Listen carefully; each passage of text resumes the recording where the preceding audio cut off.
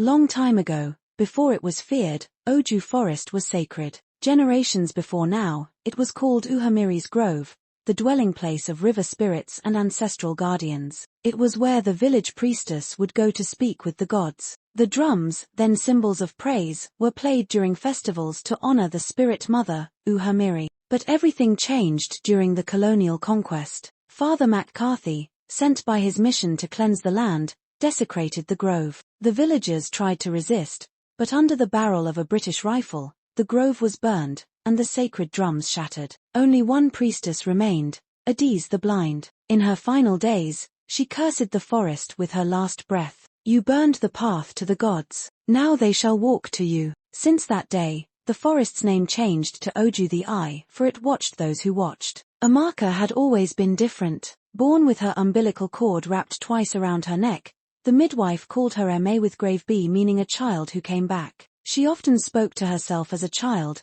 playing with invisible friends. Birds followed her, and more than once, she would tell someone their secret dreams. She was forbidden from going near Oju Forest, but she often stared into it, as if something called her. Weeks before her disappearance, she drew strange symbols in the sand, ancient Insibidi symbols no one had taught her. Elder Ifini recognized one as the Seal of Echoes, a forbidden sign known only to the old priesthood. The night she vanished, she had told Chidi, her twin brother, "I hear them singing under the trees." Chidi was her opposite, scientific, rational, and ambitious. A final-year university student studying engineering in Lagos, he had only returned to the village out of guilt. Their mother had passed, and he hadn't been there. Their bond as twins had faded with time, but deep down, he still felt her presence. After Amaka vanished, his nightmares began. He saw her in his dreams, always near the drums. Sometimes she would speak backwards, other times she was chained to a tree,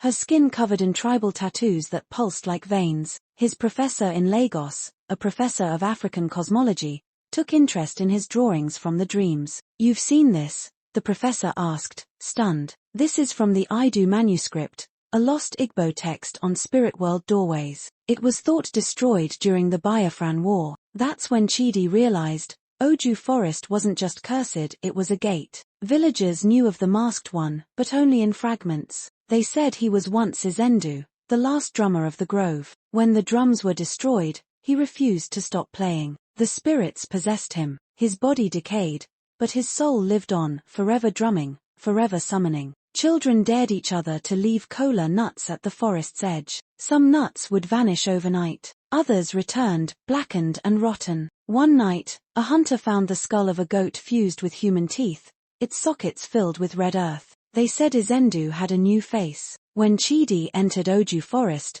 he crossed more than just a physical boundary. He was pulled into the Ha realm, the echo world, the place where souls linger and spirits roam. Time warped. Day and night bled into each other. He met lost villagers, their bodies translucent, their memories fragmented. Some tried to warn him. Chidi found the drums, but they were no longer instruments, they were prisons. Each drum housed a soul. Each beat was a heartbeat stolen. Amaka stood among them, but not as he remembered. She was half-spirit, her face divided between beauty and bone. "I stayed to protect them," she said. "If I leave, they all scream." The only way to save her, Chidi learned, was to break the rhythm, to destroy the oldest drum. But doing so would release Izendu. With the charm given by Memanjadika and a sacred fire brewed from herbs, Chidi prepared for the final act. He waited for the next blood moon and returned. The drums fought him, his own memories turned against him. He saw his mother, heard his father's voice, relived failures and regrets. Each was a snare to keep him in the forest. But he reached the central drum. With a cry, he smashed it.